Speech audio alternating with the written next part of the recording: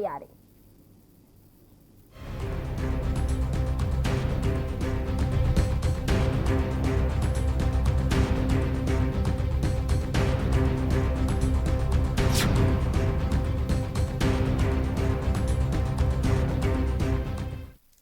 Corona virus की delta plus variant के मामलों में बढ़ोतरी देखने को मिल रही है और यही वजह है कि राज्य में तीसरी लहर की आशंका और भी बढ़ गई है। विशेषज्ञों का अनुमान है कि जिस हिसाब से महाराष्ट्र में संक्रमण के नए मामलों में फिर से इजाफा होने लगा है, इसको देखते हुए दिल्ली में अगस्त में ही कोरोना की तीसरी लहर आने की आशंका है। इसका बड़ा कारण देश में फैल रहा डेल्टा प्लस वेरिएंट भी माना जा रहा है। बाकी राज्यों में भी इसको लेकर अलर्ट जारी कर दिया गया है। कोरोना की संभावित तीसरी लहर से निपटने के लिए स्वास्थ्य विभाग हर संभव तैयारी करने में जुट गया है। भारत ने अब धीरे धीरे खुलना शुरू कर दिया है। अप्रैल और मई में कोरोना की दूसरी बेहद भयंकर लहर ने देश में भारी तबाही मचाई, लेकिन जून में संक्रमण की दर कम होती दिख रही। प्रशासन ने अधिकांश राज्यों में कोरोना से संबंधित प्रतिबंध तो हटा लिए हैं, लेकिन ये प्रतिबंध बहुत मामूली लागू है।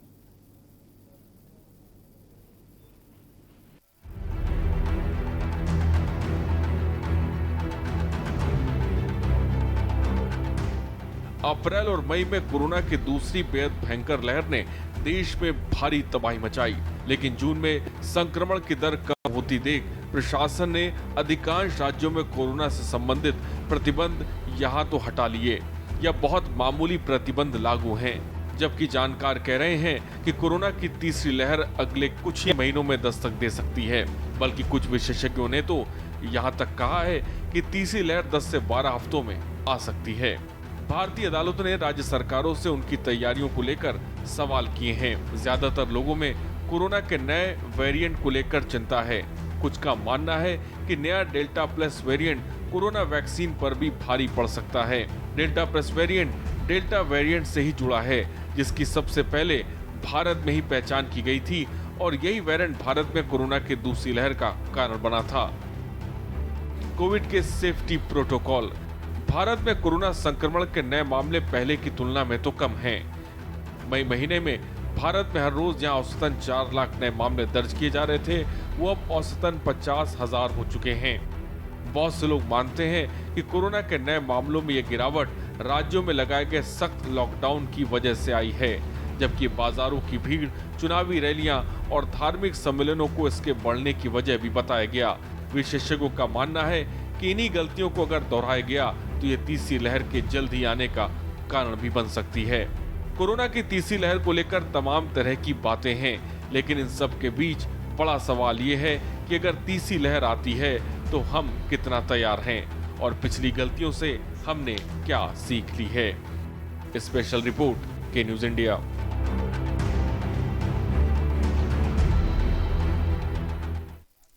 देश में कोरोना वायरस की लहर की आशंका के चलते तमाम तैयारियां की जा रही हैं। लखीमपुर का स्वास्थ्य महकमा भी इसको लेकर अलर्ट है और स्वास्थ्य महकमे की माने तो यहां पर जिला मुख्यालय सहित तमाम सीएचसी और पीएचसी पर स्पेशल चिल्ड्रंस वार्ड बनाए गए हैं। इसके अलावा लखीमपुर जिला अस्पताल में 10 बेड का स्पेशल बच्चों के लिए आईसीयू तथा लखीमपुर में ट्रॉमा सेंटर जो अभी चालू नहीं हुआ है, वहां पर कोविड-19 वार्ड बनाए गए हैं।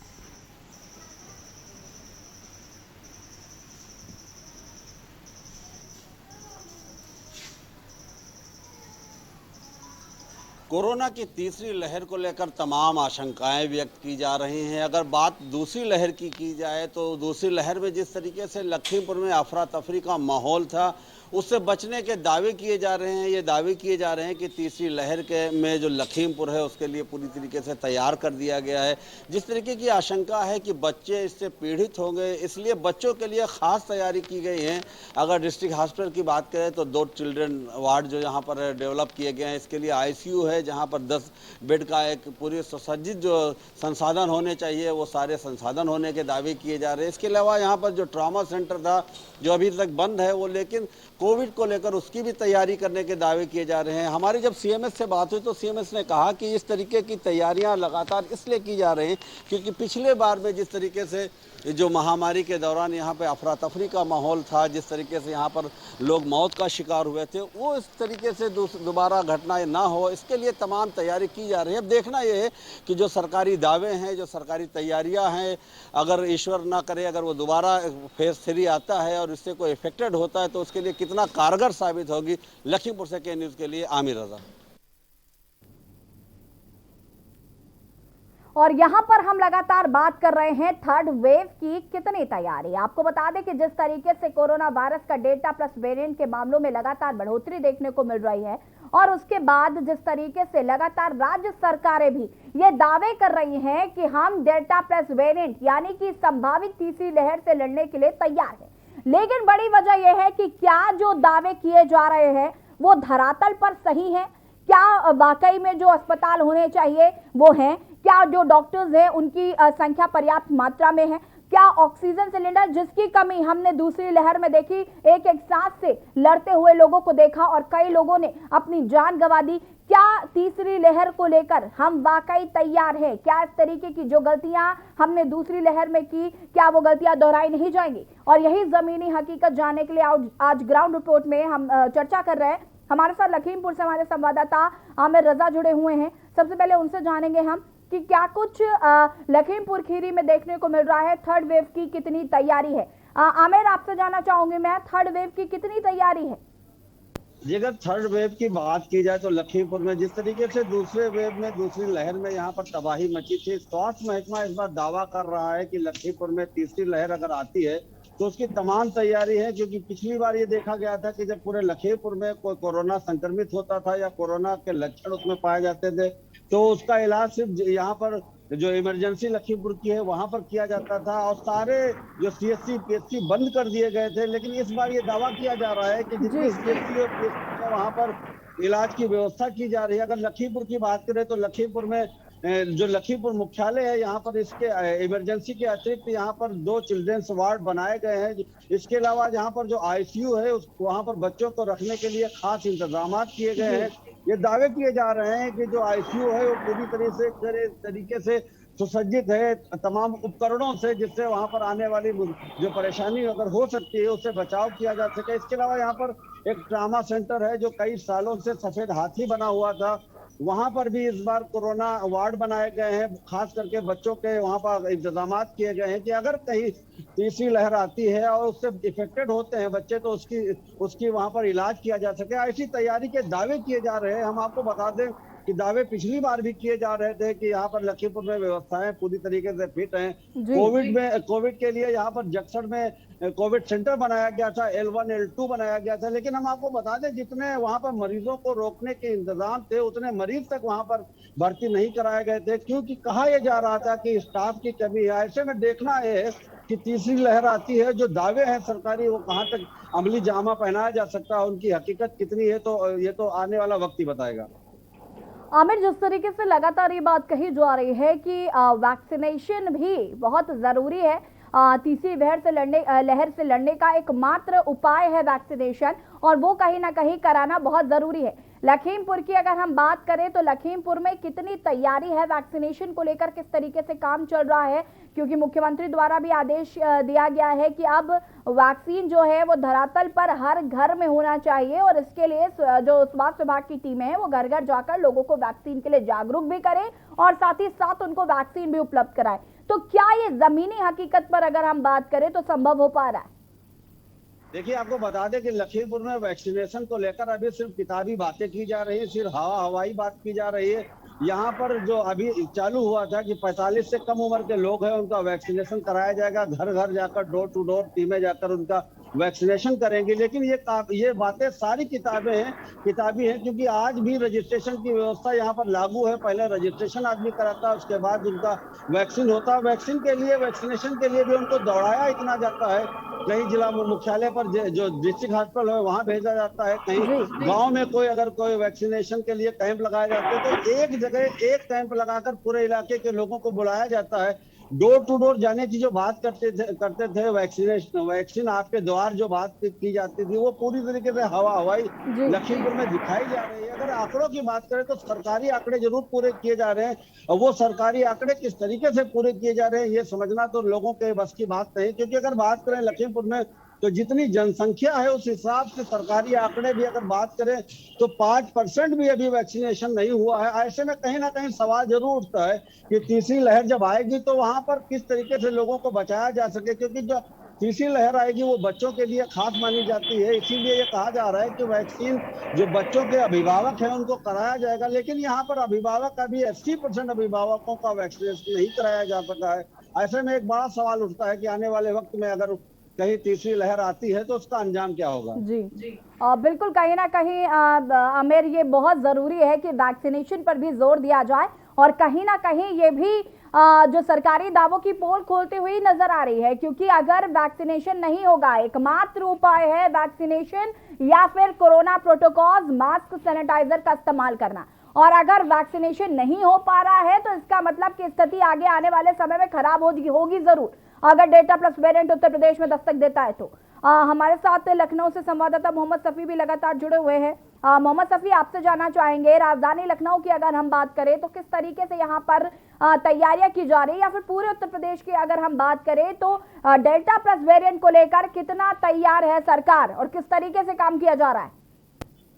बिल्कुल, अगर बात करें हम तीसरी लहर की, तो जो विशेषज्ञ हैं उन्होंने अनुमान लगाया था कि दूसरी लहर जिस तरीके से भयानक रूप लेकर गई है, अब तीसरी लहर आने का अनुमान लगाया जा रहा है।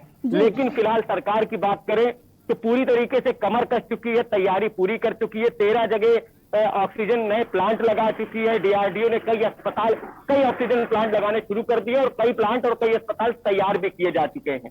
अब बात करें अगर तीसरी लहर की, तो तीसरी लहर की अगर हम बात करें WHO, AIMS की, तो उन्होंने सर्वे में ये साफ कह दिया है कि इससे बच्चों पर कोई भी ज्यादा प्रभाव नहीं चलेगा, क्योंकि इसका कोई सबूत नहीं मिला है। फिलहाल पूरी तरीके से तैयारियां कर ली गई हैं। और अगर डेल्टा प्लस की बात करें तो डेल्टा प्लस अगर हम बात करें तो कोरोना की तीसरी लहर जो आशंका जताई जा रही थी, 50% मामले वो सामने जरूर आए हैं डेल्टा प्लस के। देश के 8 राज्यों में महाराष्ट्र, दिल्ली, केरल, पश्चिम बंगाल, आंध्र प्रदेश, छत्तीसगढ़, ओडिशा और तेलंगाना जैसे शहर में खतरनाक जो वेरिएंट है, 50% मामले डेल्टा प्लस के मिले हैं। जी बिल्कुल सफी, लेकिन जिस तरीके से मुख्यमंत्री योगी आदित्यनाथ लगातार काम कर रहे हैं और वो लगातार डेल्टा प्लस वेरिएंट को लेकर सख्त भी नजर आ रहे हैं, क्योंकि जो अन्य राज्यों से लोग उत्तर प्रदेश आ रहे हैं उनकी RT-PCR टेस्ट जो है उसको एकदम कंपलसरी कर दिया गया है। इसको लेकर क्या कुछ जानकारी है?